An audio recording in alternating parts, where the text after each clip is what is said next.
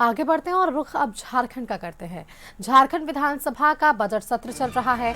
सदन में आज भी हंगामे के आसार हैं। विभिन्न मुद्दों पर हंगामे के आसार हैं।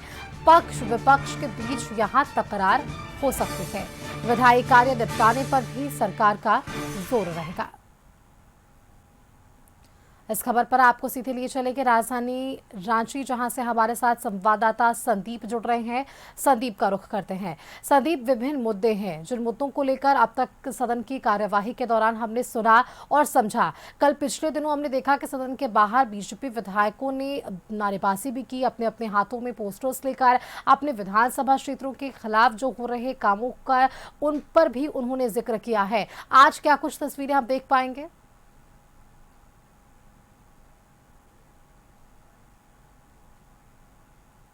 संदीप, मेरी आवाज पहुंच रही है आप तक?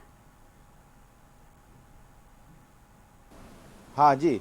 बिल्कुल संदीप, आज अगर हम देखें तो बजट सत्र की कार्यवाही के दौरान किन किन मुद्दों को आज हम सुन पाएंगे, क्योंकि पिछले दिनों आक्रामक नजर आई है विपक्ष।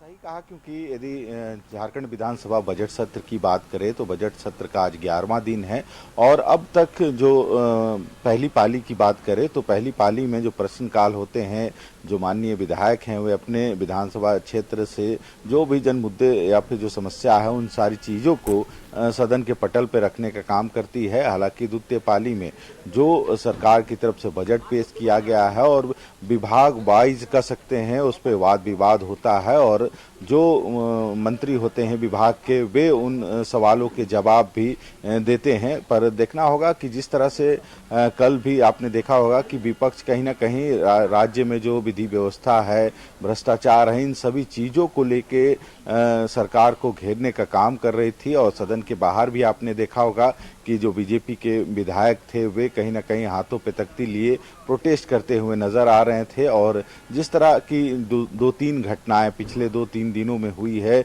उन चीज़ों की जांच की भी मांग कर रही थी और कहीं ना कहीं सरकार पर आरोप लग रहा है कि उनकी देखरेख में सारे काम हो रहे हैं। जिस तरह से एक रजरप्पा मंदिर परिसर में एक श्रद्धालु को पुलिस कर्मियों के द्वारा पीटा गया था।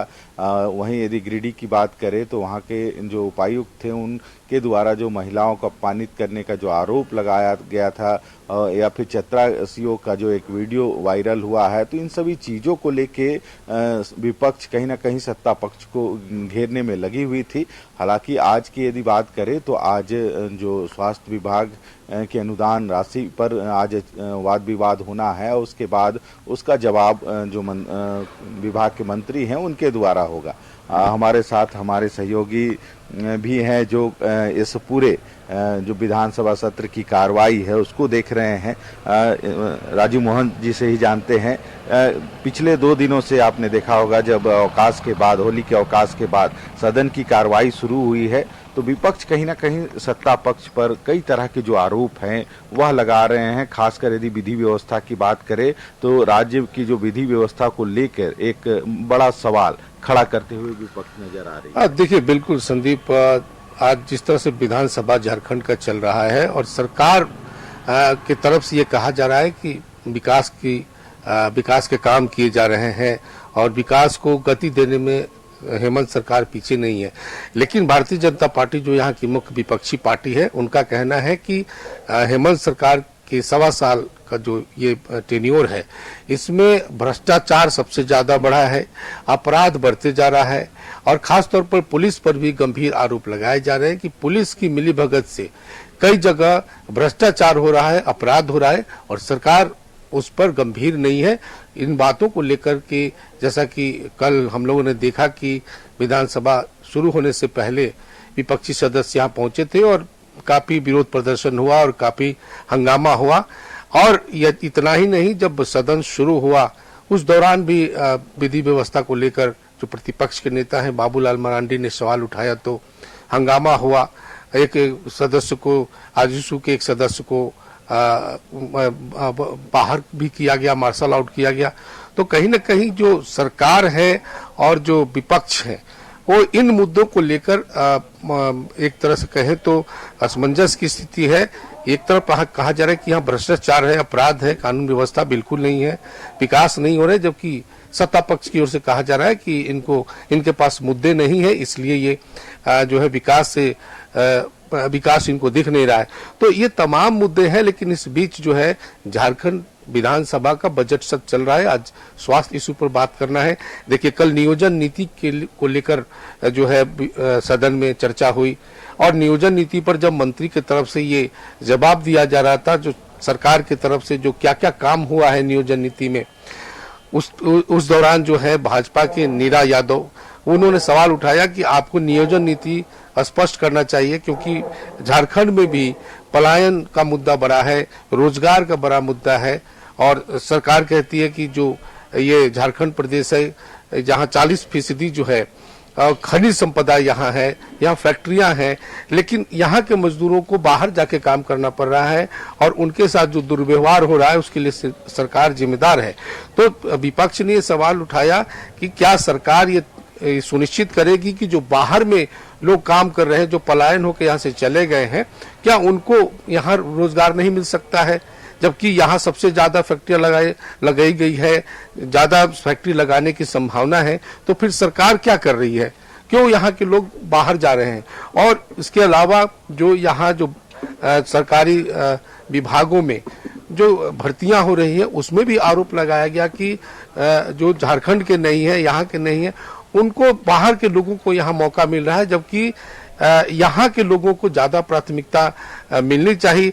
यहाँ तक कहा जा रहा है कि जो निजी फैक्ट्रियां हैं, कंपनियां हैं, उनमें भी यहाँ की सरकार ने वायदा किया था कि यहाँ के स्थानीय लोगों को मौका मिलेगा, लेकिन वो नहीं हो रहा। ने जरूर कहा था कि इसमें लगभग जो 75% है जो स्थानीय है उनको यहाँ पे जगह मिलेगी, पर कहीं ना कहीं विपक्ष यह सवाल लगातार खड़े कर रही है कि यदि उनको रोजगार मिलता तो उनको पलायन करके दूसरे राज्य या दूसरे प्रदेश जाने की जरूरत नहीं पड़ती। तो कहीं ना कहीं सरकार पर यह आरोप लगाया जा रहा है कि वे कहीं ना जो रोजगार देने की दिशा में कहीं ना कहीं असफल है और यही वजह है कि लोग जो यहाँ के लोग हैं वे बाहर दूसरे राज्य में पलायन कर रहे हैं नौकरी के लिए। हालांकि कल कई विधायकों ने यह भी सवाल खड़े किए थे कि जो प्रश्न उनके द्वारा सदन में रखे जाते हैं उनका समुचित जो जवाब है वह नहीं मिलता है। कल पूर्णिमा दास ने भी इस प्रश्न को खड़ा किया था। उनका कहना है कि रात में हम लोग 12 बजे 2 बजे तक जग के प्रश्न रखते हैं सदन में और उसके बाद उसका समुचित जवाब नहीं मिलता है, जो दुर्भाग्यपूर्ण है। देखिए संदीप, बिल्कुल ये 2-3 चीजें सदन के अंदर चर्चा हुई। पहली बात तो ये कि जो झारखंड सरकार यानी हेमंत सरकार का दावा है कि कोरोना काल में तकरीबन 12 लाख मजदूरों को बाहर से यहाँ लाया गया, लेकिन अब सरकार के पास जो आंकड़ा है वो आंकड़ा 2 लाख का है।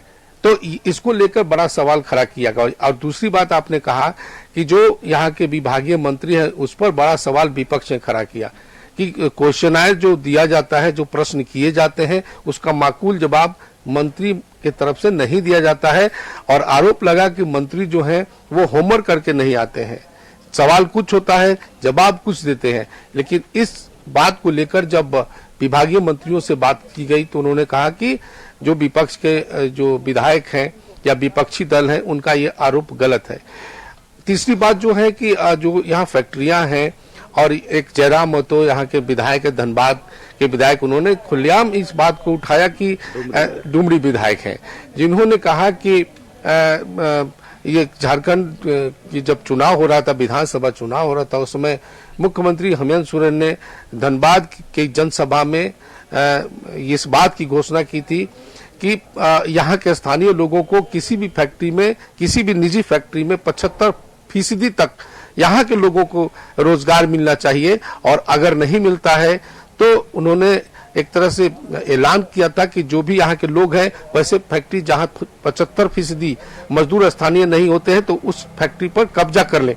इस बात को लेकर काफी विवाद हुआ और जयराम महतो ने सदन के अंदर भी इस बात को उठाया और बाहर भी उठाया ये बात को कि मुख्यमंत्री बिल्कुल झूठ बोल रहे हैं और उन्होंने कहा कि उनका वीडियो क्लिप और जो अखबारों में छपी हुई कटिंग्स है वो उन्होंने सदन को दिया है, विधानसभा अध्यक्ष को दिया है। तो इस तरह से कहें तो जो सरकार है पलायन और रोजगार, भ्रष्टाचार, कानून व्यवस्था को लेकर घिरती नजर आई है, लेकिन विपक्ष एक तरफ से इस मामले को लेकर लगातार हमलावर है, लेकिन सत्ता पक्ष की तरफ से कहा जा रहा है, आंकड़े पेश किए जा रहे हैं कि यहाँ पे विकास किया जा रहा है, लेकिन विपक्ष को ये दिखाई नहीं दे रहा है। हालांकि ये तो जनता को तय करना है, लेकिन जो बजट सत्र में जो चर्चाएं हो रही है इस तरह से हो रही है। संदीप, हाँ सही कहा। हालांकि बिल्कुल आज संदीप, देखिए जिस तरह से आपने भी बातचीत की और राजीव मोहन जी ने भी बातचीत की है कि ये तमाम मुद्दे जो हैं वो विधानसभा की कार्यवाही के दौरान कीर्त है। आज का दिन भी विशेष है क्योंकि पिछले दिनों जो हंगामा हुआ,